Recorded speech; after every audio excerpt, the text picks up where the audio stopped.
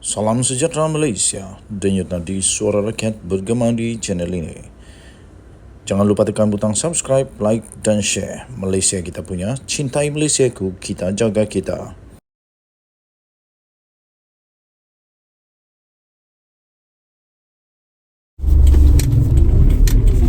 Salam sejahtera Malaysia, denyut nadi suara rakyat bergema di channel ini. Wow, terbaru daripada SPRM di Terengganu. SPRM Terengganu mengesahkan menahan pegawai kerajaan negeri dan isteri.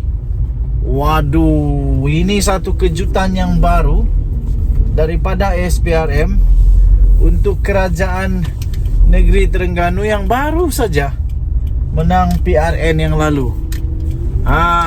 Di Terengganu, iaitu pegawai kerajaan dan isteri. Wah, ini suami isteri ini. Suruhanjaya Pencegahan Rasuah Malaysia, SPRM, mengesahkan telah menahan seorang penolong pegawai takbir kanan.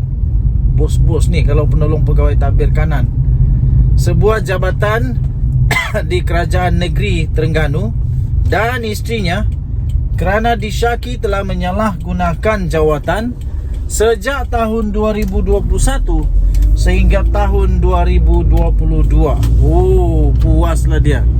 Setahun salah guna kuasa, setahun menyalahguna kuasa jawatan sejak tahun 2021 sampai 2022. Dah berapa banyak dia makan tak tahulah, tapi ini baru tangkapan dan siasatan. Okey, jadi harap-harap tak ada apa yang berlaku lah.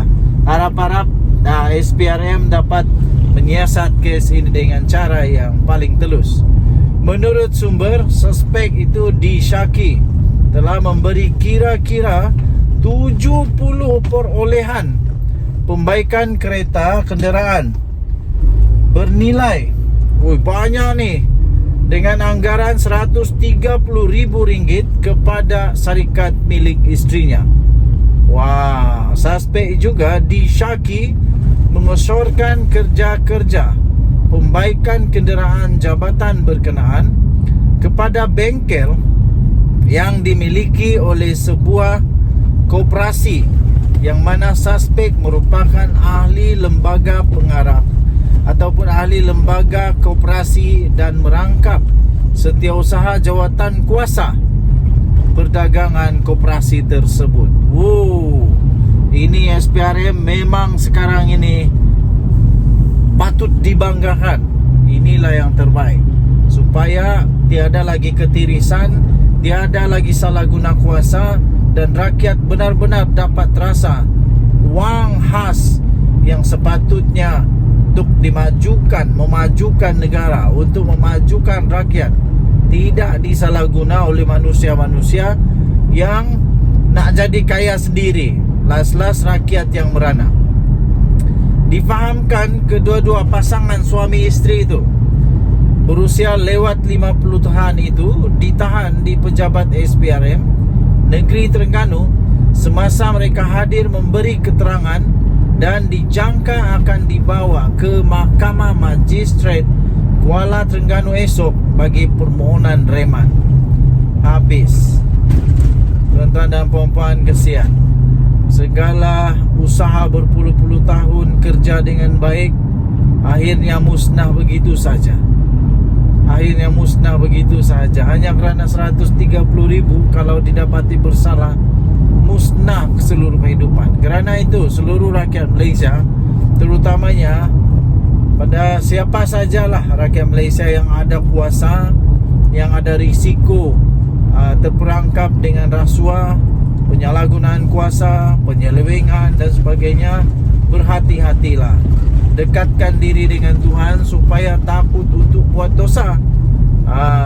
Kalau sudah kena tangkap baru nak menyesal, semuanya sudah terlambat. Sementara itu, pengarah SPRM Terengganu iaitu Hazrul Shahrin Abdul Yazid ketika dihubungi telah mengesahkan penahanan tersebut dan kes itu disiasat di bawah Seksyen 23 /1 Akta SPRM tahun 2009. Denyut nadi suara rakyat bergema di channel ini. Tahniah sekali lagi diucapkan kepada SPRM. Akan ada banyak lagi rasanya, satu demi satu pendedahan. Jangan sampai pula ada nama-nama politik, nama-nama orang politik yang besar-besar pula kena lagi. Harap-harap semuanya akan berakhir dengan segera, supaya negara Malaysia, kemajuan negara Malaysia dapat betul-betul dirasai. Kita jumpa lagi. Selamat petang Malaysia. Bye-bye.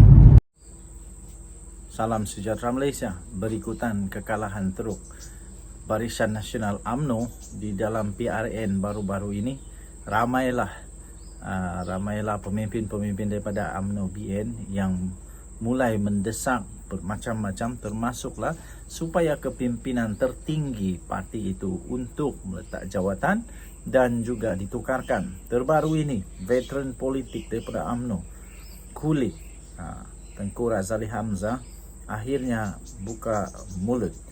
Beliau berkata, di dalam Malaysia kini, Ogos 20, 2023, Kuli saran pemilihan baru UMNO untuk tukar kepimpinan parti.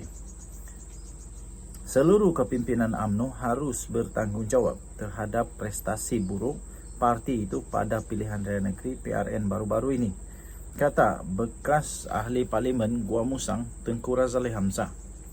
Dalam temu bual dengan The Star, veteran UMNO itu berkata, Presiden parti itu iaitu Ahmad Zahid Hamidi bukannya satu-satunya individu yang harus dipersalahkan. Kata beliau, kamu tak boleh salahkan seseorang saja. Saya tidak bela Zahid atau sesiapa.